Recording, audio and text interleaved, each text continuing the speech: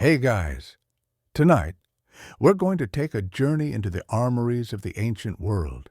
In our modern lives, conflict can often feel distant, something seen on a screen, fought with long-range, impersonal technology.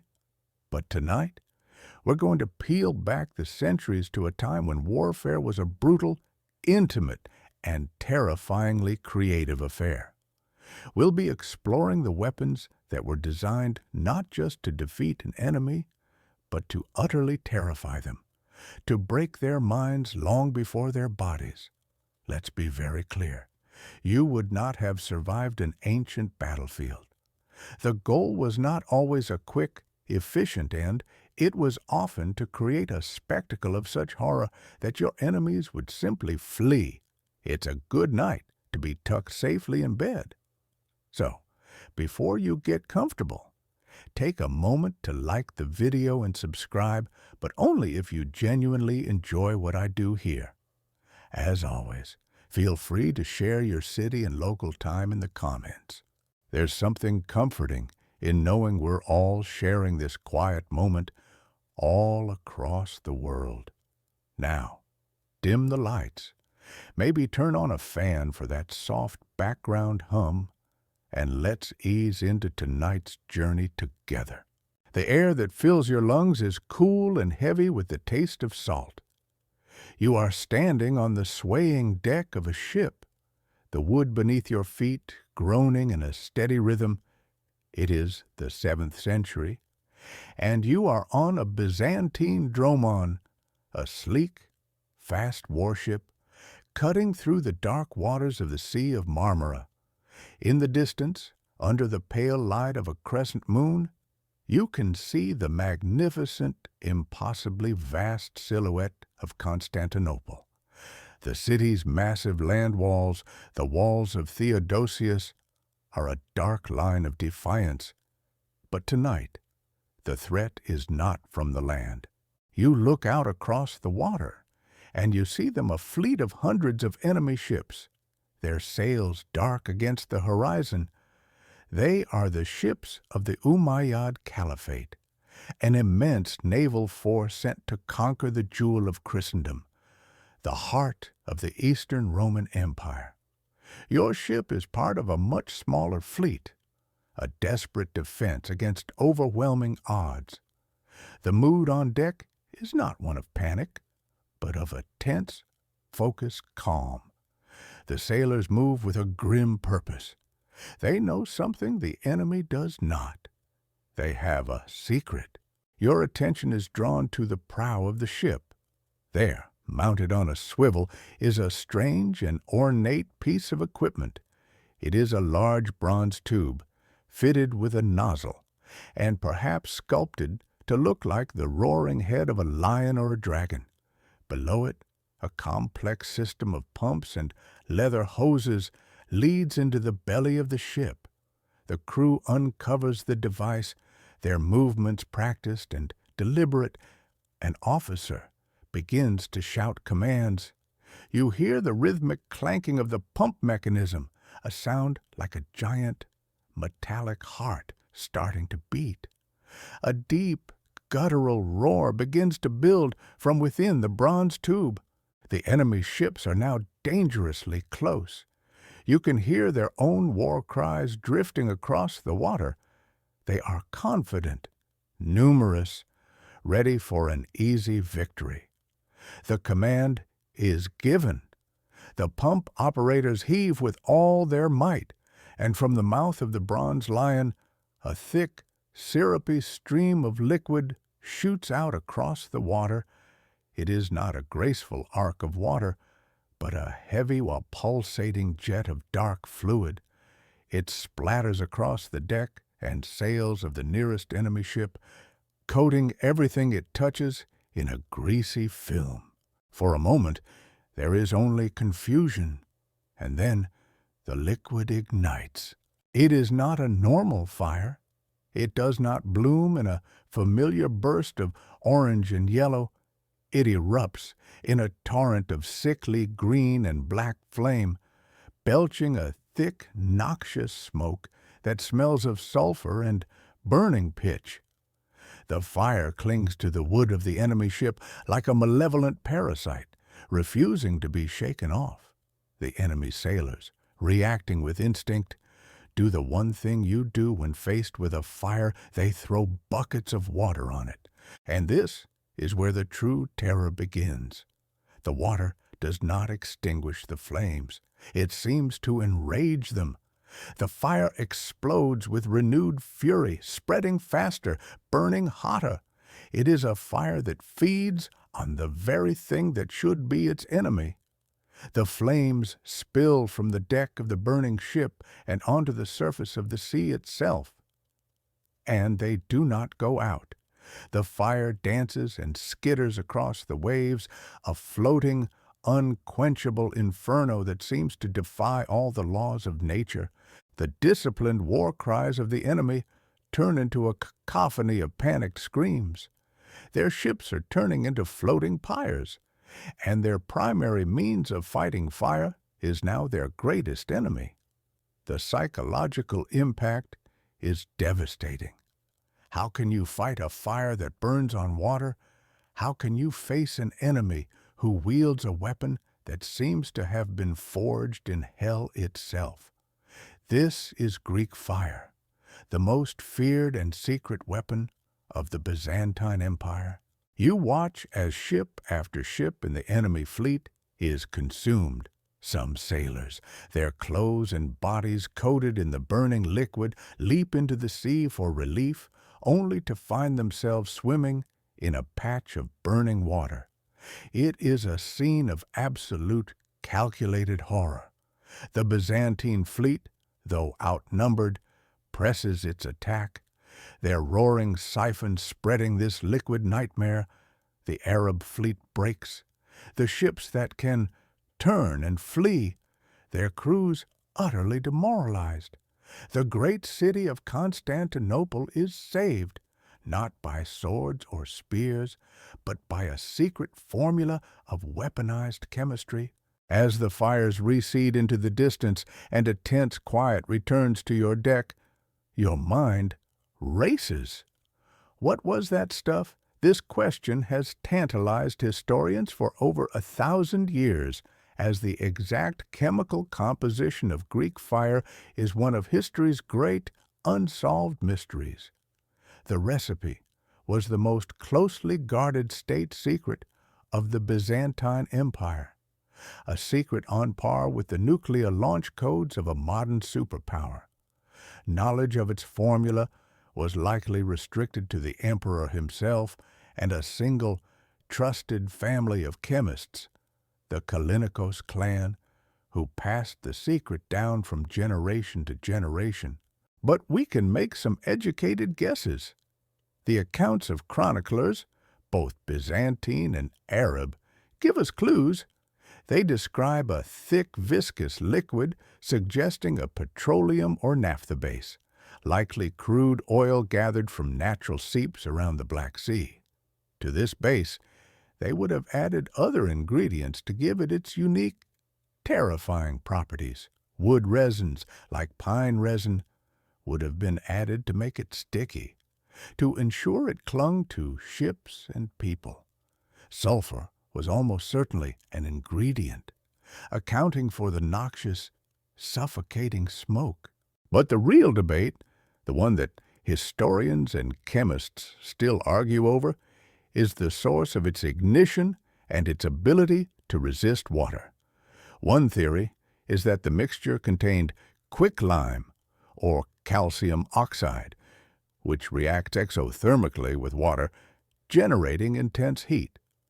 This heat would have been enough to ignite the petroleum elements. Another, more frightening theory is that it contained calcium phosphide, which, when it comes into contact with water, produces phosphine gas, a gas that ignites spontaneously in the air. This would explain how the liquid could seem to burst into flame on its own. It's possible the formula changed over the centuries, a constant process of refinement and improvement. The instruction manual was likely very simple. Step 1, point at enemy. Step 2, pray you are upwind. The origin of this devastating weapon is shrouded in its own legend. The story goes that the formula was brought to Constantinople in the year 672 by a Christian refugee from Syria named Callinicos of Heliopolis.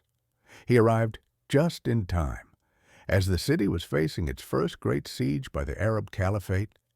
He presented his secret to the emperor, who immediately put it into production. Callinicos and his descendants were given a hereditary role as the keepers of the flame, ensuring the secret never fell into enemy hands. And they were remarkably successful. For over 500 years, Greek fire was the Byzantine superweapon.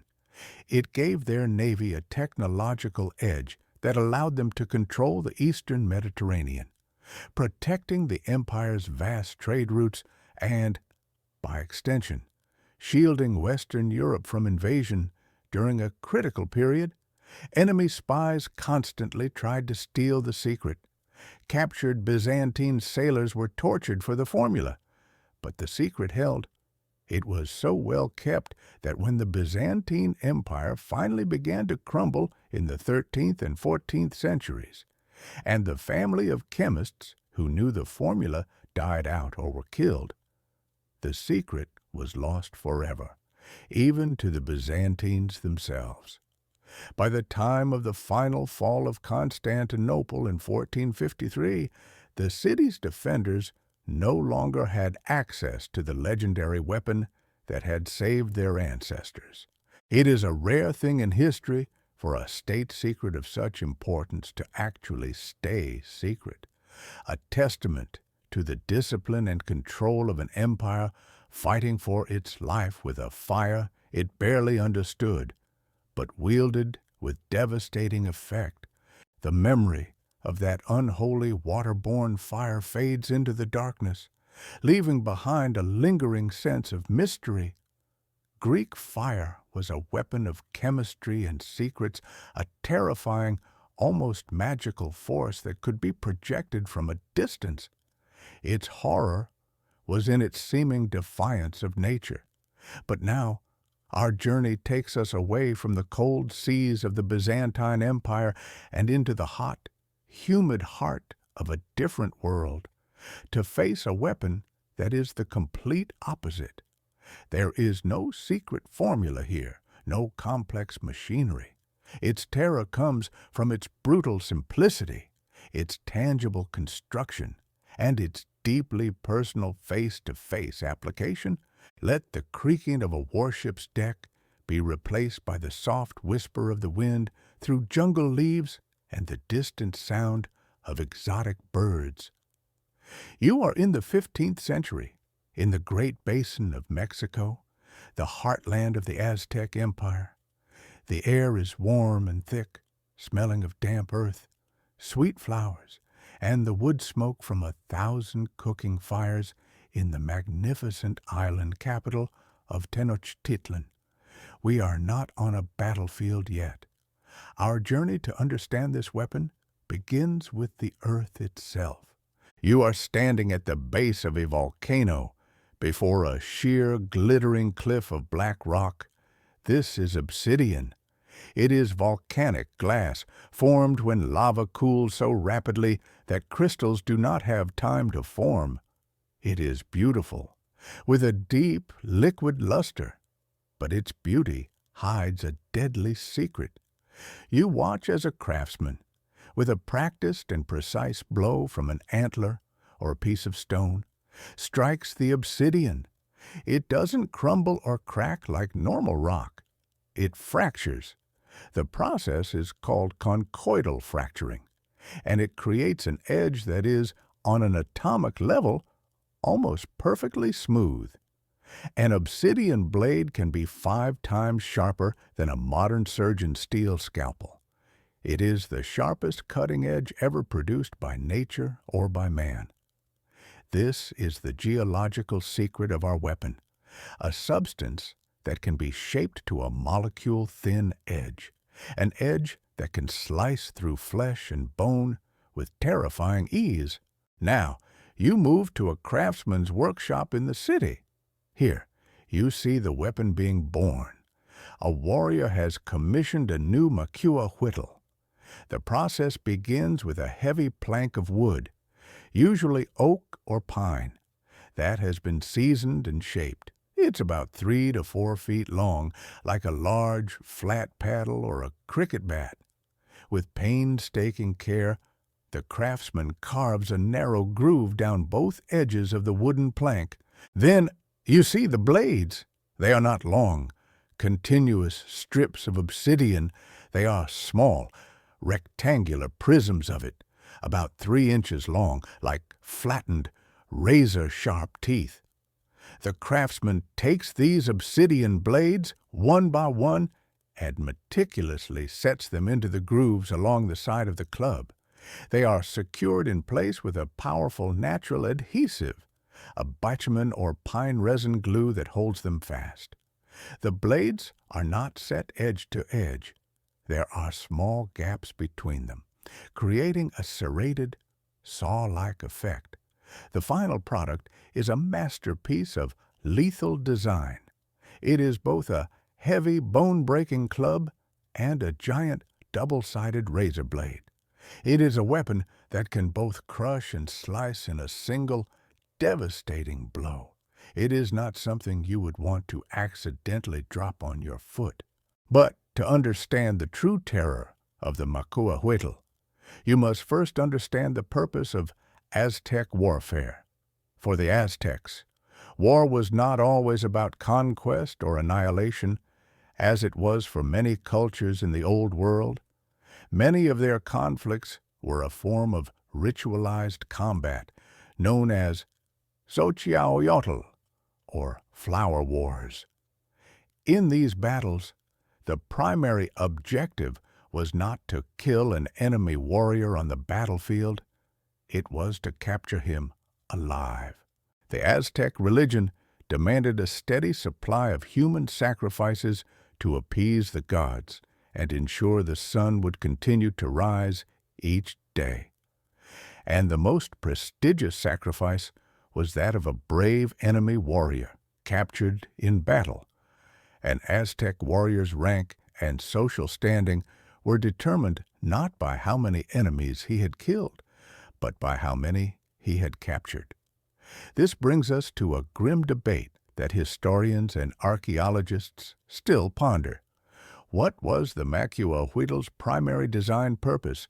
Was it truly meant to be a lethal weapon, or was its main function to wound, to maim, to disable an opponent so that he could be more easily subdued and dragged back to the Great Pyramid of Tenochtitlan?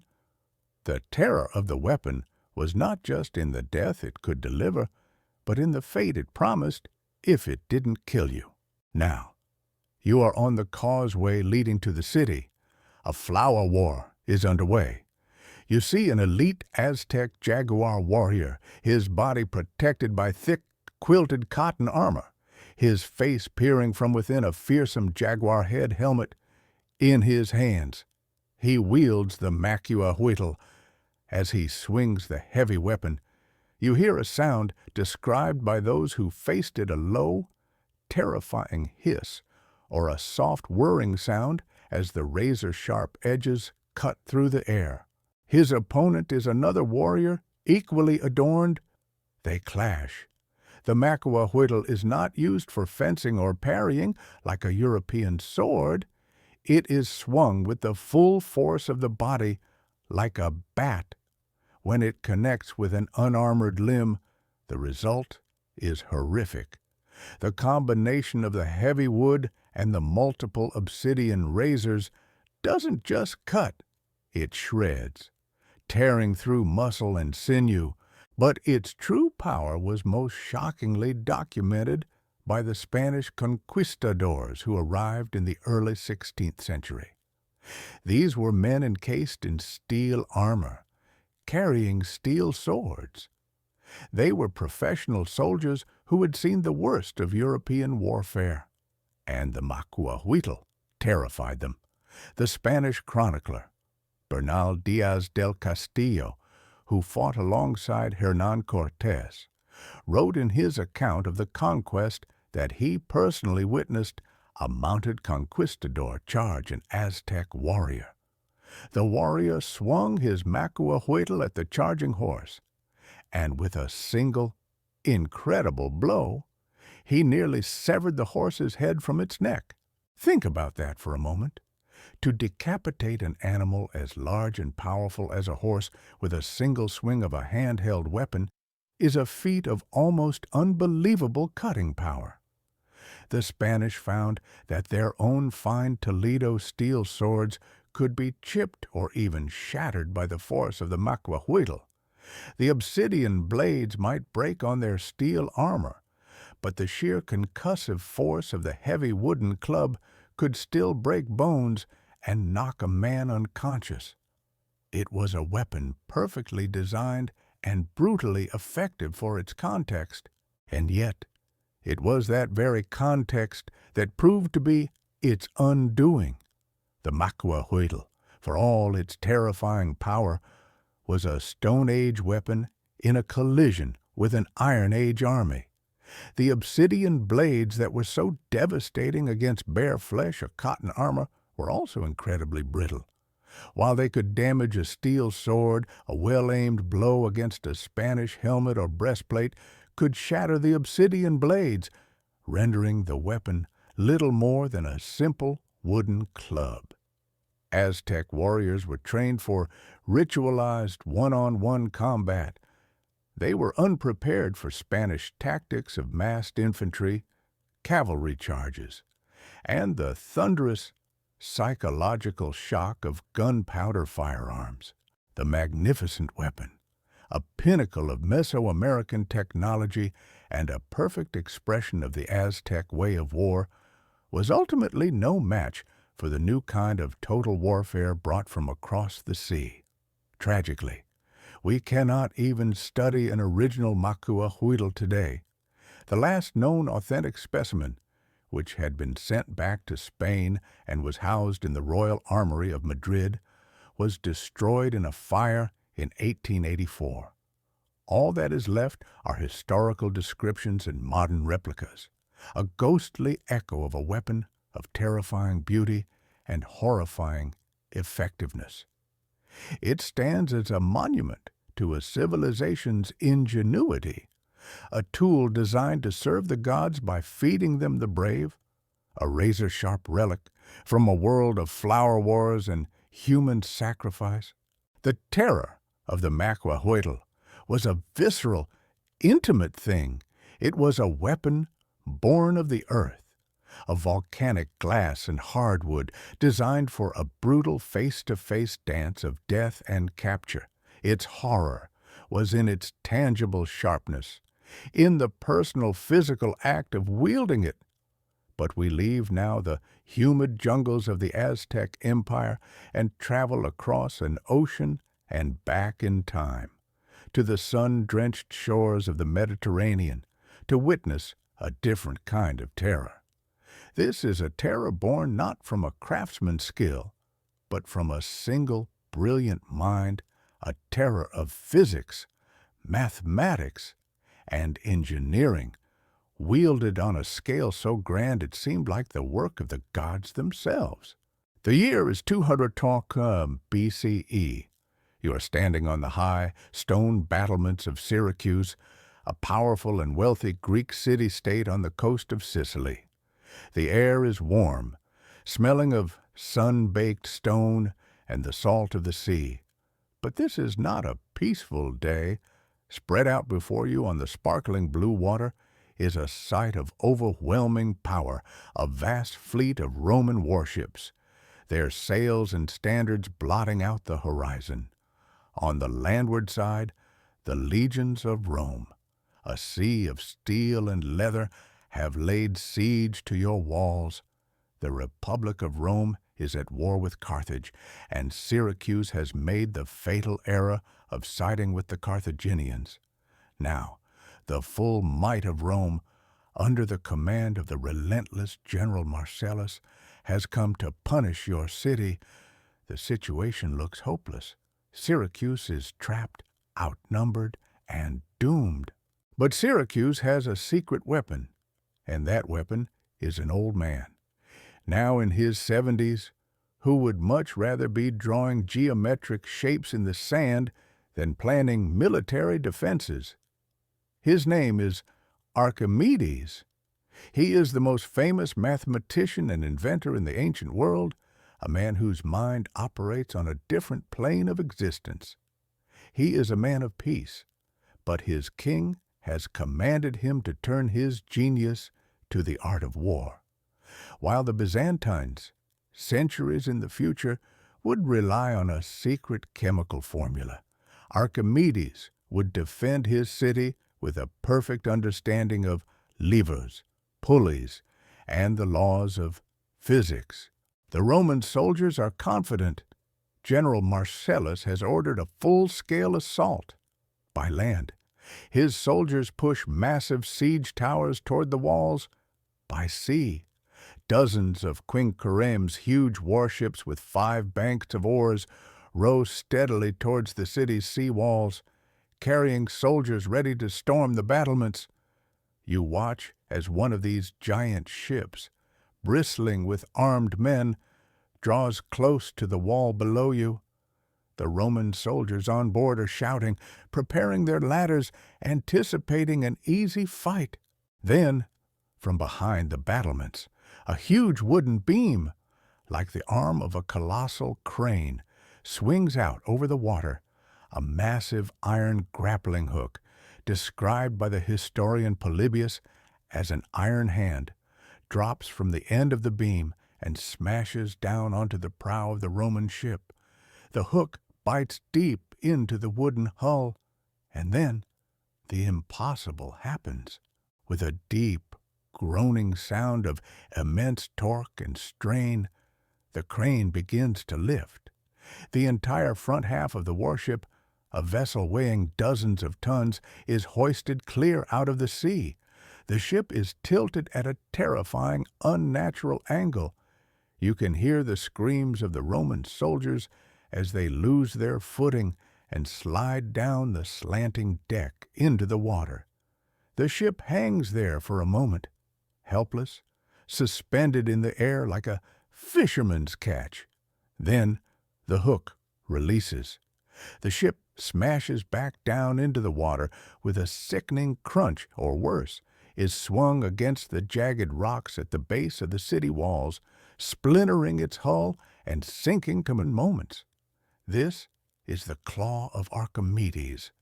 On the other Roman ships, a stunned silence gives way to pure panic. They are not fighting men anymore. They are fighting a monster, a creature of wood and iron that plucks ships from the sea as if they were toys. The attack on the walls is also turning into a nightmare. Roman soldiers pushing siege towers forward are suddenly crushed by huge boulders weighing 1/4 of a ton, dropped on them from catapults of immense and unprecedented power. These were not the standard catapults of the era. Archimedes had redesigned them, applying his understanding of mechanics to create artillery that could throw heavier projectiles, further and more accurately than ever before. Other soldiers are scythed down by swarms of smaller, iron-tipped bolts fired from machines the Romans called scorpions, which Archimedes had arranged to fire through small loopholes in the city walls. His genius was in creating a layered defense, a symphony of destruction with weapons of all sizes and ranges, ensuring that no Roman soldier, whether near or far, was safe from his deadly calculations. The Romans, shaken but not yet broken, regroup.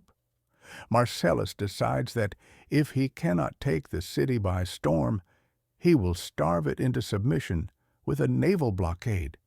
His ships stay further out at sea, beyond the reach of the terrifying claw and the powerful catapults. It is a clear, sunny day. The Roman sailors are perhaps relaxing on their decks, confident in their safety. Then they notice a strange glinting from the city walls. You are on the battlements again, and you are part of the strange new defense. Under the direction of Archimedes, you and hundreds of other Syracusan soldiers are holding large, highly polished bronze shields. The sun is bright, and you are instructed to angle your shields to catch the sunlight and reflect it towards a single point, the dark wooden hull of a distant Roman ship. At first, nothing happens. It seems like a strange, pointless exercise, but the combined focused light of hundreds of mirrors begins to concentrate the sun's energy into a single, searingly hot point. The crew of the targeted Roman ship might first notice a strange, bright spot on their hull, then a wisp of smoke. The sailors would be confused.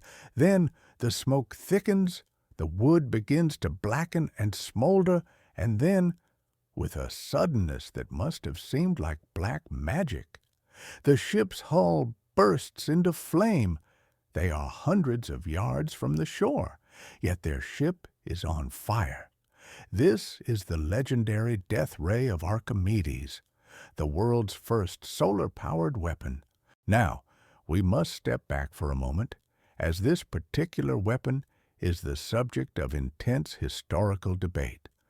While the claw of Archimedes is well documented by reliable ancient historians, the story of the burning mirrors appears only in sources written centuries later. Historians and physicists have long argued about its feasibility. Modern experiments, including those by the television show Mythbusters, have shown that while it is possible to char wood with reflected sunlight, achieving full ignition on a moving ship at a distance is incredibly difficult. So, did it really happen? Was it a later embellishment, a legend that grew out of the very real terror of Archimedes' other inventions? Or did Archimedes, with his unparalleled genius and access to the specific materials and skilled craftsmen of his time, figure out a way to make it work? We may never know for sure, but the very existence of the story is a testament to the reputation of the man. His inventions were so advanced, so terrifying, that it seemed perfectly plausible to his enemies that he could command the sun itself to burn their ships. For 2 years, one man's mind held the entire might of Rome at bay. The Roman soldiers became so terrified that if they even saw a piece of rope or a beam of wood appear over the city walls, they would break ranks and flee, screaming that Archimedes was about to unleash another one of his terrible machines upon them. General Marcellus, a hardened veteran, was forced to call off all direct assaults, his army and navy completely demoralized by an elderly mathematician. In the end, Syracuse did not fall to a direct assault, but to treachery. A traitor within the city let the Romans in during a night festival, and the city was sacked. In the chaos, Archimedes was killed. The story goes that he was so absorbed in a mathematical diagram he had drawn in the dust that he did not even notice the Roman soldier who had burst into his study. When the soldier ordered him to move, Archimedes simply waved him away, saying, "Do not disturb my circles," and the soldier, in a fit of rage, cut him down. It was a tragic and senseless end for the man who had single-handedly defied an empire. His legacy, however, was cemented. He was proof that the most powerful weapon in any arsenal is not a sharp blade or a secret chemical, but a single, brilliant mind pushed to its absolute limits. The genius of Archimedes was a singular thing. The power of a brilliant mind made manifest in wood, rope, and iron. His were weapons of intricate design and startling precision, a form of warfare so advanced it seemed like magic to his enemies. But we now leave the besieged walls of Syracuse and the mind of its lone defender, and travel to the vast open plains of the Persian Empire. Here, we will face a weapon that is the antithesis of Archimedes' subtle genius. There are no complex levers here, no carefully angled mirrors. This is a weapon of brutal, straightforward terror, an invention that combines the speed of a horse with the cold, indiscriminate lethality of a giant, spinning blade. Let the image of the Sicilian coast fade, replaced by the immense, dusty expanse of a Mesopotamian plain. The year is 331 BCE. You are a soldier in the army of Alexander the Great, a single figure in the disciplined ranks of the Macedonian phalanx. The sun is hot, beating down on your bronze helmet. Before you, stretching for miles, is the grand army of the Persian king, Darius III, and arrayed in a long line in front of his main force is a weapon designed for one purpose: to shatter your courage before it shatters your bones. You are looking at a squadron of scythed chariots. The war chariot itself is an ancient invention, a symbol of power and prestige for centuries. In pharaonic Egypt or the Hittite Empire, it was a mobile firing platform, a way to carry archers and javelin throwers across the battlefield at high speed. It was a weapon of maneuver and ranged attack. But the Achaemenid Persians took this concept and twisted it into something far more savage. They decided the chariot itself should be the primary weapon. You can see one of them clearly now as it begins to move. It is a light, two-wheeled vehicle, pulled by a team of 4 powerful, often armored horses. But it's the modifications that make your blood run cold.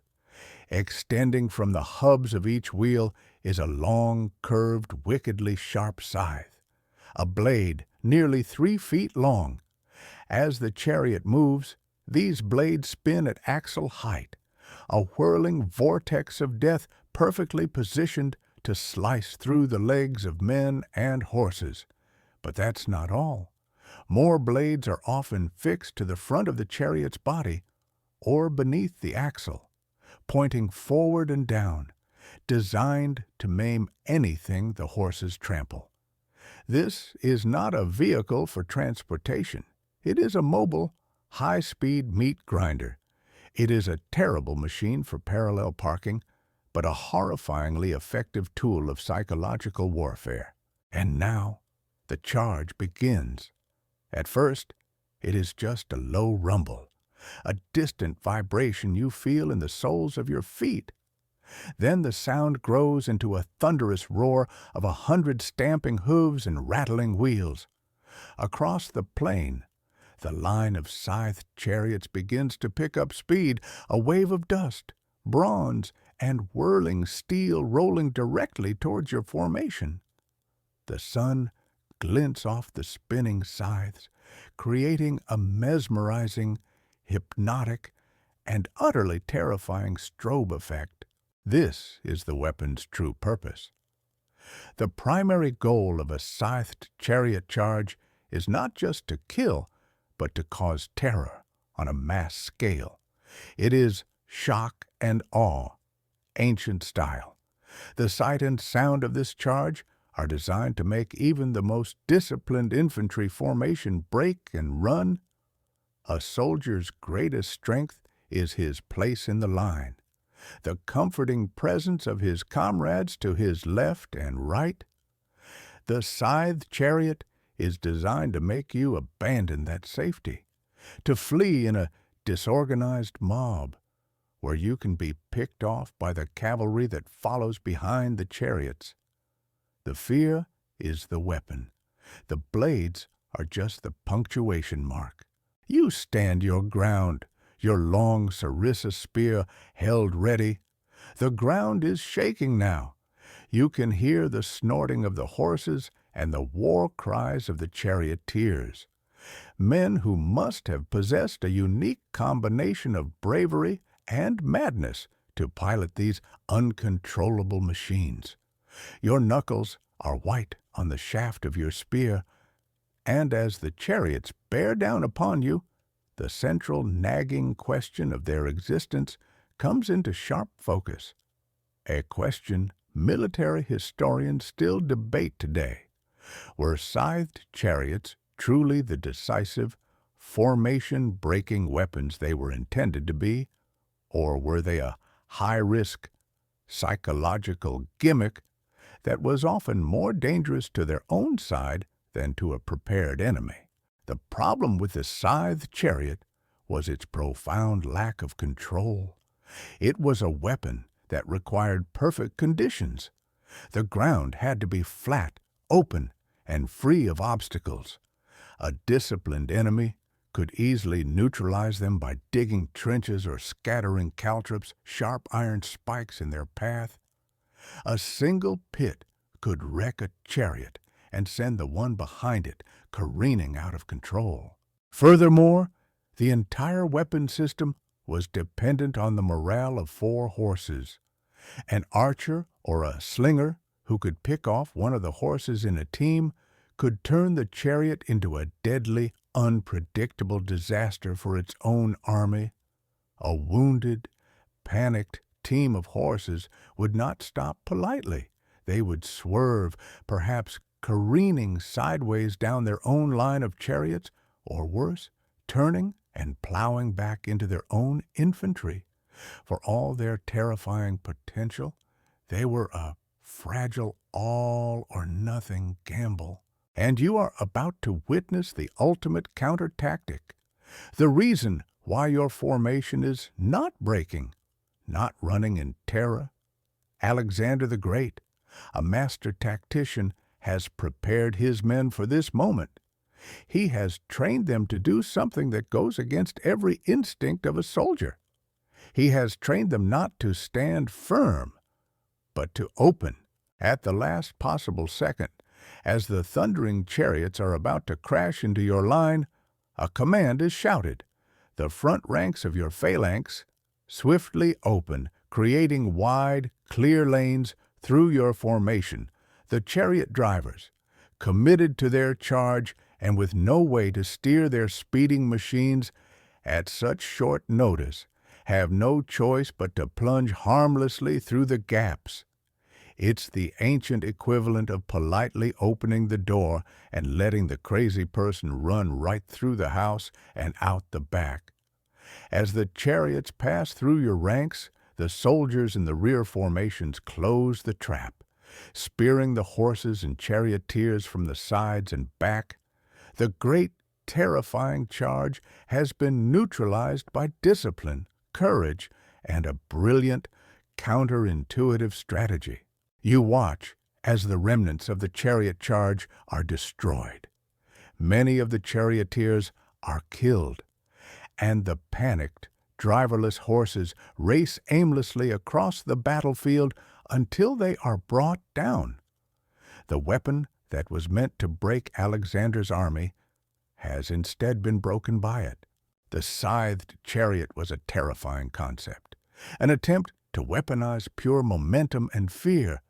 It represented a brutal philosophy of warfare, aiming to create a spectacle so horrifying that the fight would be over before it truly began.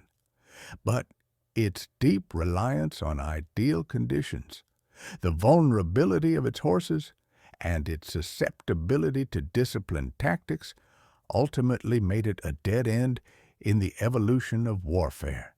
It was a monstrous, whirling, bladed beast that shone brightly and terribly for a few centuries before being relegated to the history books as a classic example of how, for every terrifying weapon one side can invent, a calm, disciplined, and clever opponent will eventually find a way to make it obsolete.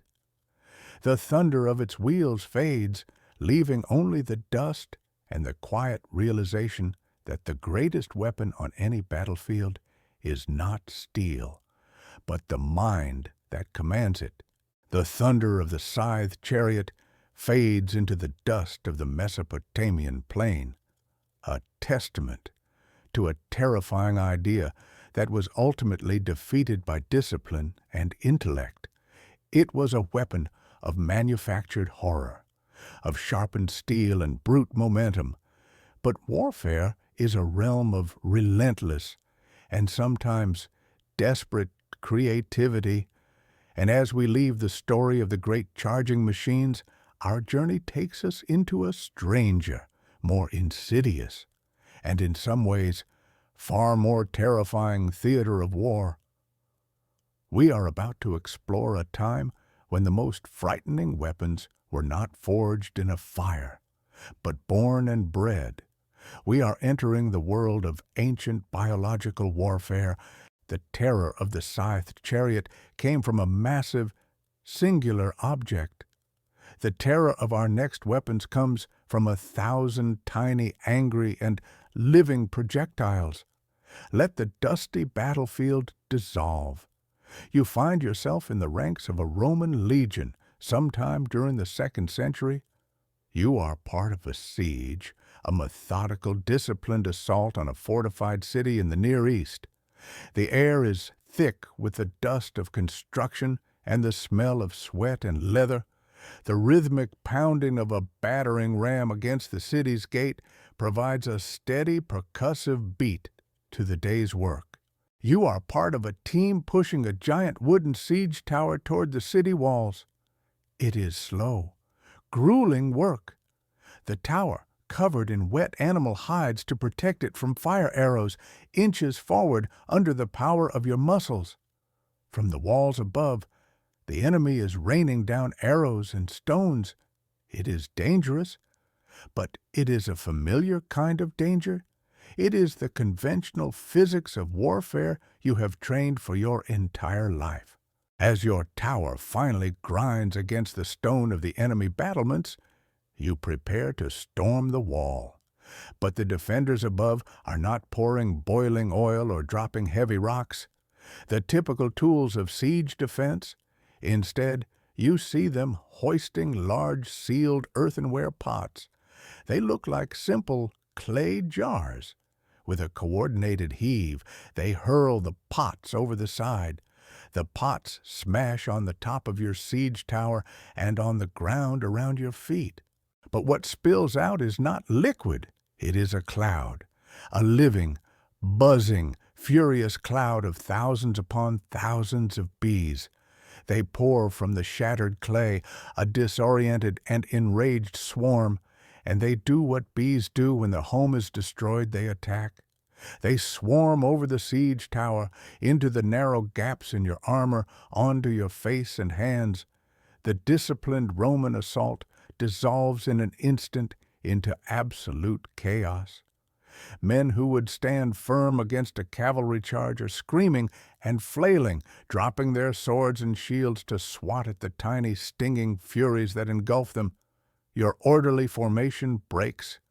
The attack is repelled, not by steel or by fire, but by the coordinated wrath of an insect army. You probably would have preferred they just dropped rocks. This was a surprisingly common and effective tactic in the ancient world. An army could be disciplined against swords and spears, but every human has a deep, primal fear of being swarmed by stinging insects. It was a weapon that attacked morale just as much as it attacked the body.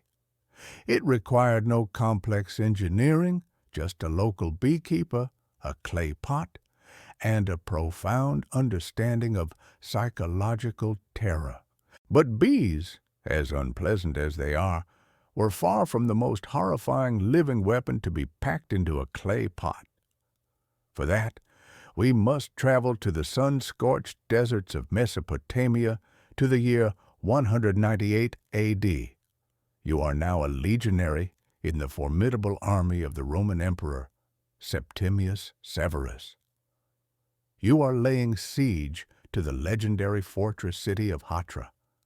The city, a key stop on the Silk Road, is famously difficult to conquer, protected by high, thick walls and some of the finest arches in the world. The siege is long, hot, and frustrating. The Roman army is the most powerful military machine on the planet, but the defenders of Hatra have a special surprise, a form of biological warfare that would become legendary. You watch as the city's catapults and ballistae begin to launch projectiles. But they are not launching heavy stones to smash your siege engines. They are launching fragile clay pots, identical to the bee-bombs you saw before. These pots are designed to shatter upon impact, not on your machines, but in the very middle of your troop formations. A pot lands near you and cracks open on the hard, dry ground, and from it spills a skittering, clicking nightmare. Scorpions, dozens of them, large, aggressive, and highly venomous desert scorpions, now angry and loose among the tightly packed ranks of your legion. Pure, primal terror erupts. A soldier will stand his ground against a man with a sword, but when a deadly scorpion is crawling up the inside of his leg, all discipline vanishes. Men begin screaming, shaking their clothes, stomping frantically, looking at the ground instead of the enemy on the walls. The orderly Roman lines are broken not by a charge, but by a creeping, crawling, venomous horror. The defenders of Hatra, according to the historian Cassius Dio, used this tactic with devastating effect, demoralizing the Roman soldiers and playing a significant role in causing Septimius Severus to abandon the siege. Hatra, in part due to its scorpion bombs, was never conquered by the Romans. This act of weaponizing the local fauna was a hideously creative branch of ancient warfare. In naval battles, the great Carthaginian general Hannibal Barca was known to have his men launch clay pots filled with venomous snakes onto the decks of Roman ships. The effect was much the same. The fighting would often stop instantly as the sailors scrambled to deal with the immediate, slithering threat under their feet. And the horror was not limited to living creatures. The most ancient and gruesome form of biological warfare was the poisoning of an enemy's water supply. An army on the march is completely dependent on safe drinking water. Dropping the carcass of a dead animal into a well or cistern was a simple but effective way to contaminate it, spreading disease and disabling an enemy without ever having to draw a sword. In a siege, this tactic evolved into something even more macabre. Attackers would use their catapults to hurl the bodies of plague-ridden soldiers or disease-ridden animals over the city walls. The goal was not to break the walls, but to start an epidemic within the besieged city, to weaken the population with sickness and despair. This was a brutal total form of warfare, where the invisible agents of disease became projectiles, and the very air and water became weapons. This raises a fascinating question, which historians still debate. Where did ancient commanders draw the line between acceptable warfare and what they considered dishonorable tactics? While the use of a sword or spear was seen as a legitimate part of a warrior's craft, the use of poisons and disease was often looked down upon, at least in the writings of historians like the Romans. Yet, these tactics were clearly used. This debate on the ethics of ancient warfare suggests a blurry line, one that often depended on who was winning and who was writing the history. Were these biological weapons truly decisive, or were they primarily acts of desperation, more effective at causing terror than true mass casualties? The success at Hatra suggests they could be decisive, but in many cases, they were likely a horrifying tool of psychological pressure, a way to tell your enemy that you were willing to use any means necessary to defeat them. The ingenuity of these weapons is a chilling testament to the human imagination. To look at a beehive not as a source of honey, but as a grenade. To see a scorpion not as a desert pest, but as a psychological weapon. It is a form of warfare that is both primitive and deeply sophisticated, relying on a keen understanding of both nature and human fear. It is a reminder that for centuries, the battlefield was not just a place of steel and stone, but a place where even the smallest of creatures could be turned into an instrument of terror, a living weapon that crawled and buzzed and stung its way into the nightmares of soldiers. The memory of the scorpion bombs of Hatra is a deeply unsettling one. It is the memory of a primal fear of warfare descending into a chaotic, crawling, venomous nightmare. We have seen how ancient armies could weaponize the unpredictable chaos of nature to break the discipline of their enemies. But now, our journey takes us away from the biological and into the purely mechanical. We travel to a land of immense history and ingenuity to witness a weapon that is the very opposite of a pot of angry insects. This is a weapon of relentless, predictable, and mechanical order. A machine designed to replace chaos with a terrifyingly rapid rhythm of death. Let the hot, dry air of the Mesopotamian desert fade. The world around you becomes cooler, more humid. You are in ancient China, during the time of the great dynasties. This is a land of sprawling empires, vast armies, and near-constant warfare, a place that fostered a deep and ancient tradition of military engineering. And you are about to be handed one of its most ingenious and feared inventions. The crossbow is a familiar concept, a powerful bow mounted on a stock, allowing a soldier to hold a great deal of potential energy at the ready. But the weapon placed in your hands is different. It seems smaller, almost delicate compared to the heavy siege crossbows of medieval Europe.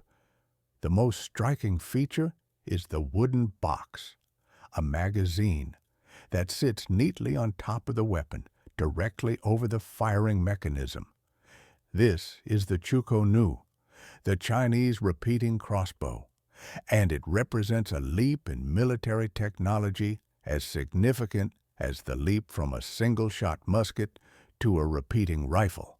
Its legendary invention is often credited to the brilliant Three Kingdoms-era strategist, Zhuge Liang, a man so revered for his genius that he was seen as an almost mythical figure.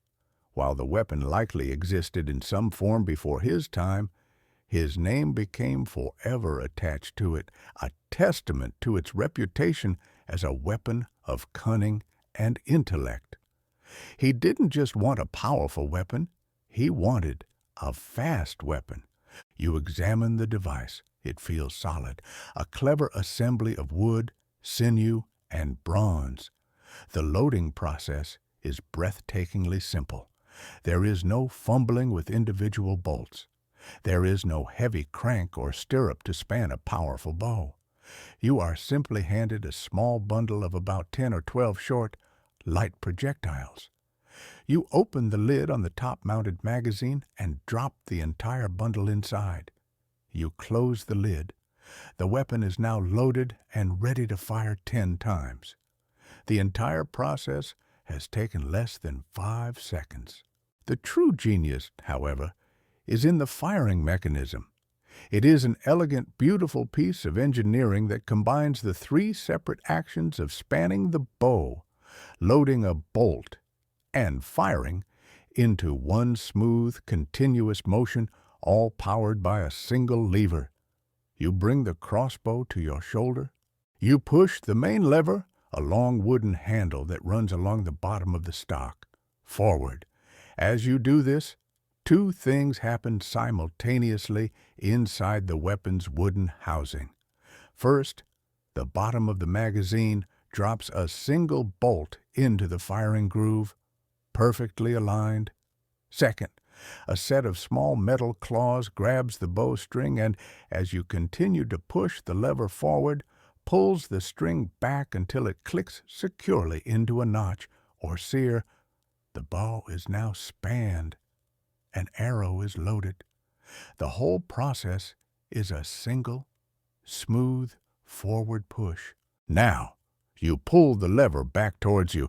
This motion raises the entire bow assembly slightly.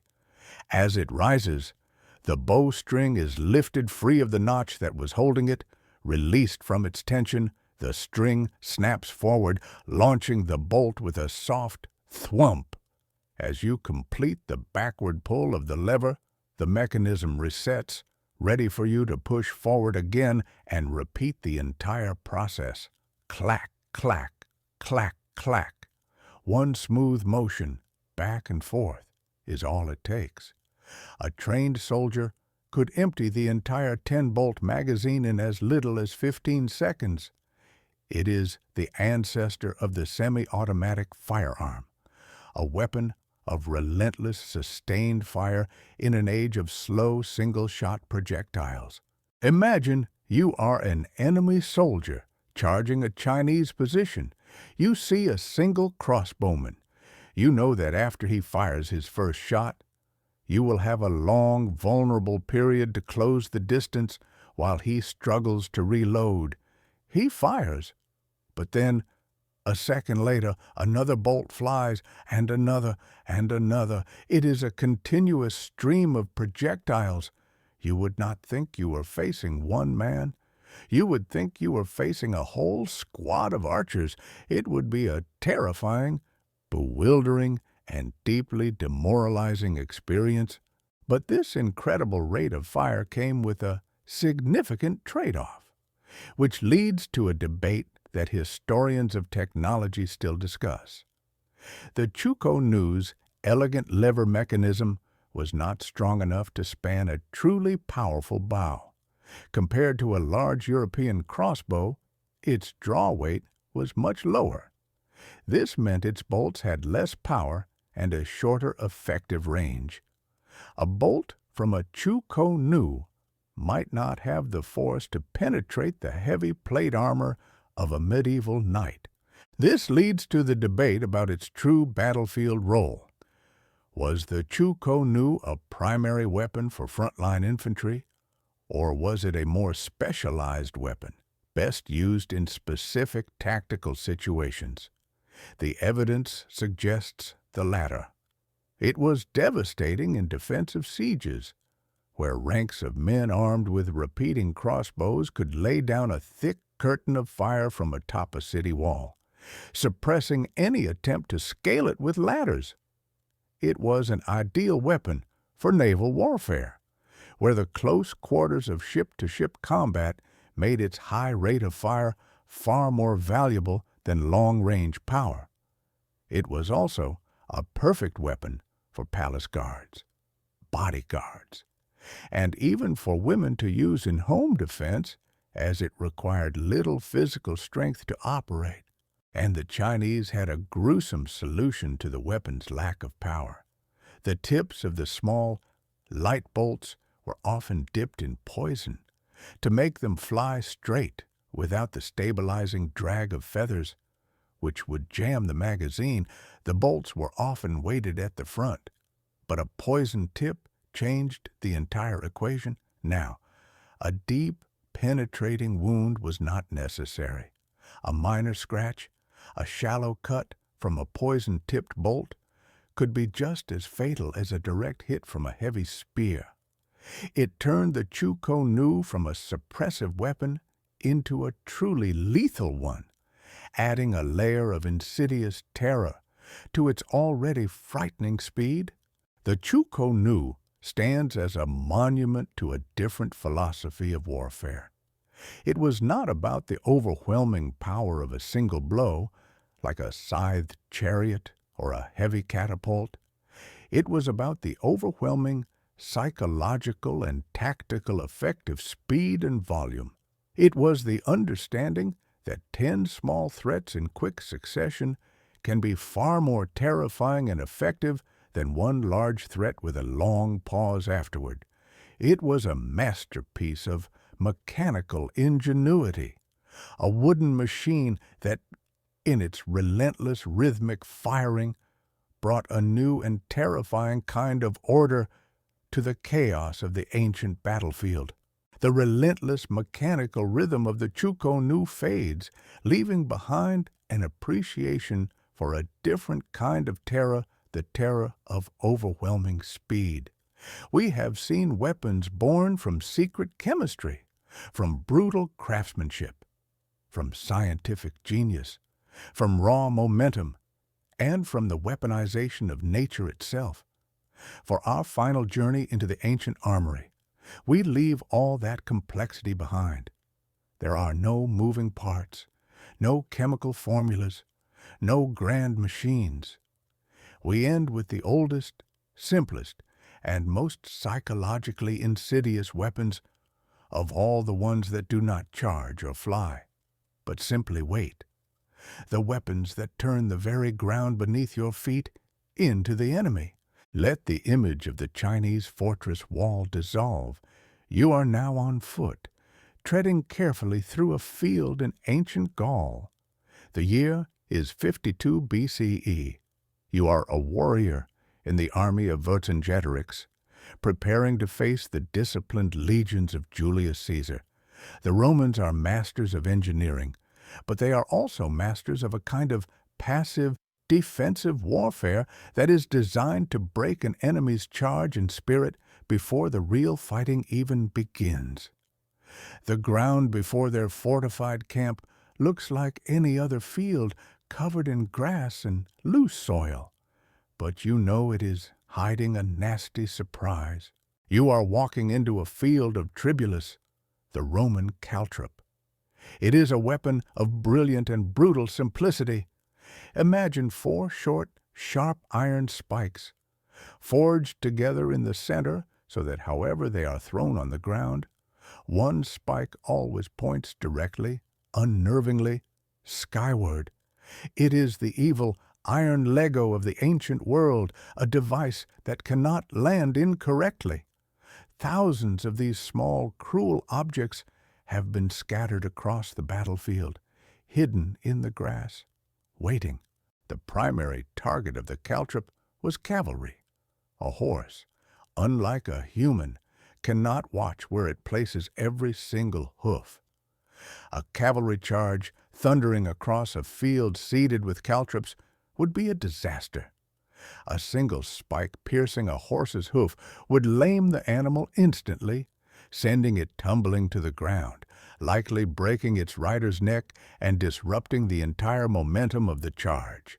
But it was also a devastating weapon against infantry, especially in an age when many soldiers wore simple leather sandals or went barefoot. You step on one, the sharp iron point drives deep into the sole of your foot. The pain is immediate and intense. You are now out of the fight. But you are more than that. You are a burden. You have to be carried off the field by 2 of your comrades, effectively removing 3 men from the battle line with one small but cheap piece of iron. An army that has to march across a field of caltrops is an army that is demoralized, slowed, and wounded before a single sword has been swung. It is a weapon that attacks an army's mobility and its courage. The caltrop is a weapon of open fields. But now we travel to a different, more claustrophobic environment, to face a weapon that perfects the art of the hidden trap. Let the open fields of Gaul be replaced by the dense, humid, and shadowy jungles of Southeast Asia. The air is thick, and the ground is a soft, damp carpet of rotting leaves. Every step you take is a quiet, careful one. Here, the enemy is not just the opposing soldier, it is the jungle itself. You are a soldier, cautiously moving down a narrow jungle path. Your eyes are constantly scanning for ambushes, for enemies hidden in the dense foliage. But the greatest danger is not in the trees. It is hidden just beneath the surface of the leaves at your feet. This is the realm of the punji stick. In its simplest form, a punji stick is a stake of bamboo or wood, sharpened to a needle-like point. It is often hardened by fire to make it more durable. These stakes are then planted in the ground, often in a shallow disguised pit, and angled so that an unwary soldier stepping down will have their own body weight drive the spike deep into their foot or lower leg. The initial wound is terrible enough, but the true insidious terror of the punji stick was what came after. The stakes were often deliberately smeared with filth animal feces, rotting meat, or other contaminants. The goal was not necessarily to kill you outright, but to guarantee a debilitating infection. A clean wound from a sword might heal, but a deep puncture wound from a dirty stick in the hot, humid environment of the jungle was a near-certain death sentence by other means. Gangrene, tetanus, and sepsis were the real weapons. Every step on a jungle path becomes a terrifying roll of the dice. The psychological strain is immense. Your enemy is no longer a man you can see and fight, but the very earth you must walk upon. And this brings us to a debate among military historians and ethicists. What was the role of such weapons in the ancient concept of honorable warfare? Were these ignoble traps seen as a cowardly tactic, the tool of a lesser foe who could not face their enemy in open battle? Or were they seen as a clever and legitimate form of defense, a great equalizer for a smaller force facing a larger, better-equipped army? For the Romans, who used them defensively, they were a tool of engineering. For the Vietnamese or Germanic tribes who used similar traps against invaders, they were a crucial part of an asymmetric strategy. The answer, it seems, often depended on which side of the trap you happened to be on. And so, our journey through the armory of ancient terrors comes to an end. We began with the spectacular, roaring flames of Greek fire, a weapon of overwhelming, almost supernatural power. We faced the brutal, razor-sharp efficiency of the Makuahuitl. We witnessed the impossible genius of Archimedes, the raw momentum of the scythed chariot, the primal horror of scorpion bombs, and the relentless mechanical ingenuity of the repeating crossbow. And we end here, not with a bang, but with a silent, waiting spike hidden in the leaves. It is a fitting place to conclude, because it reminds us that the nature of fear and the creativity of warfare are boundless. Terror does not always need to be loud and explosive. It does not require complex machinery or secret formulas. Sometimes, the most effective weapon, the one that can break an army's will and turn every step into a moment of anxiety, is nothing more than a sharpened stick.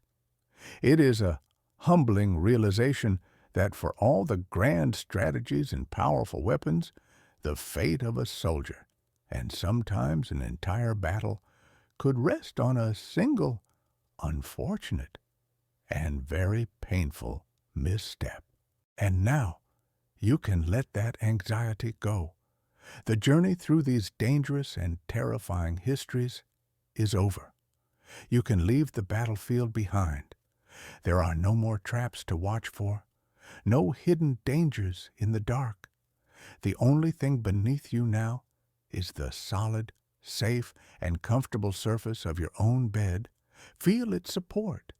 Feel the softness of the pillows and the gentle weight of the blanket, the images of sharp points, of iron and bamboo, can soften now, their edges blurring, losing all meaning, and dissolving into the peaceful darkness of your room. The sounds of battle, real and imagined, can fade into a distant, gentle hum, replaced by the quiet stillness of your own space. Your long walk through the history of fear is done, and now you can rest. You are safe, you are comfortable, and you can allow your mind to drift away, letting go of all these ancient terrors and sinking into a deep, calm, and profoundly peaceful sleep.